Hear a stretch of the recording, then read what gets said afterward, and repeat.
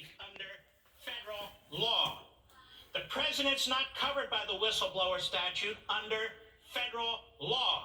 The president's phone call is not covered by the whistleblower under this statute under federal law. So what we have here is a massive cover-up of a Democrat CIA operative with ties to Brennan, with ties to Biden, with ties to NSC former staffers on shift staff. Of course they're going to protect this guy. Of course all the media is going to protect this guy because the whole damn house of cards comes down if he becomes the blue dress, if you will, the blue dress in this case, a la the Clinton matter. Next, the Constitution. I hear these legal analysts and others say, look, it's whatever the House says it is when it comes to impeachment. And who do they quote? The great jurist and constitutional scholar, Gerald Ford. Well, they ought to actually read what the framers said at the Constitutional Convention. They actually ought to study it. And they ought to at least look at the language in the Constitution. Does the Constitution say impeachment is whatever the House of Representatives says it is? No. Treason, bribery, high crimes, and misdemeanors. Now, the Democrats think they have found something, bribery. They talk about bribery. We even have legal analysts talking about bribery. These legal analysts, former federal prosecutors, judges, have no knowledge of the Constitution, no experience, no dealings with impeachment, as I have. Let's walk through it quickly. The framers created a higher standard. A higher standard. They had initially proposed a lower standard for impeachment. So they come up with treason, bribery, high crimes, and misdemeanors. These words have meaning. They looked at what took place in the Parliament. They looked at English common law. They looked at what's taking place in the colonies. They didn't write in there, hey, it's whatever the House of Representatives says it is. That's not what your Constitution says. Now, what about bribery? What did they say about bribery? Well, I dusted off my Madison notes from the Constitutional Convention, which it would be nice if a journalist or legal analyst would do that from time to time. By bribery, they didn't mean all the crapola that you're hearing on TV today. By bribery, what they meant was they didn't want a president to be bribed. This is the example they used. By a foreign government,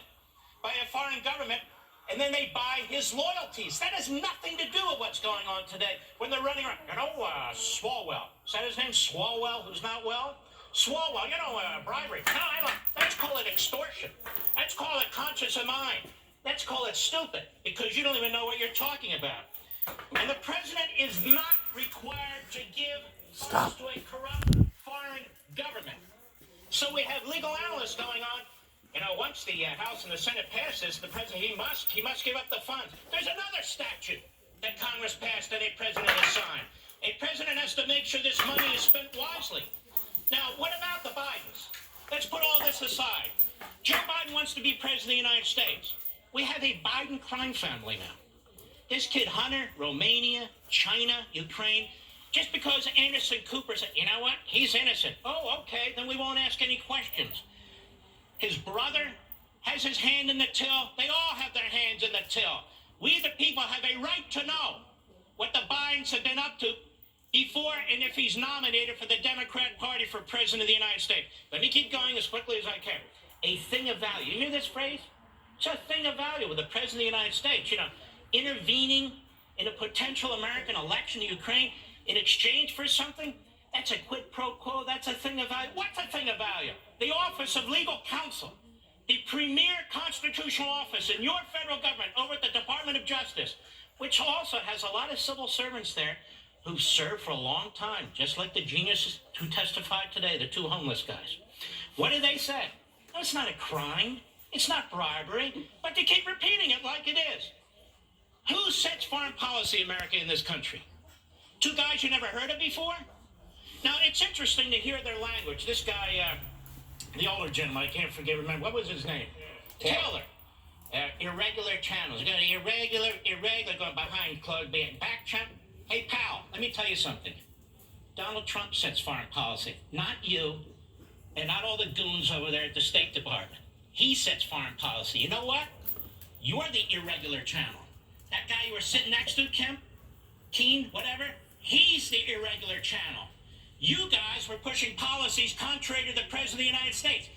Article 2, the President of the United States is the executive branch. There is no State Department in the Constitution of the United States. There is no Secretary of State. And one other thing, this irregular channel.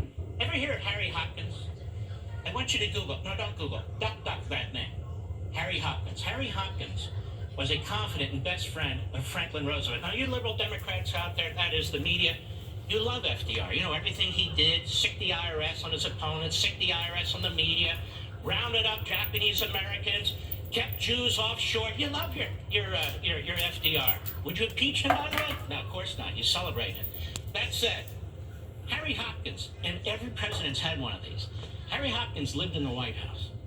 Harry Hopkins conducted foreign policy for the president. Harry Hopkins went around the State Department, infuriated the Secretary of State, the Secretary of Treasury, the Secretary of Commerce, and he would conduct foreign policy. He'd talk to Stalin, he would talk to Churchill, he would do all these other things. So I have a suggestion for Adam Schiff. Why don't we retroactively, posthumously impeach Franklin Roosevelt? I think that would be justice, ladies and gentlemen. Yes, that's it.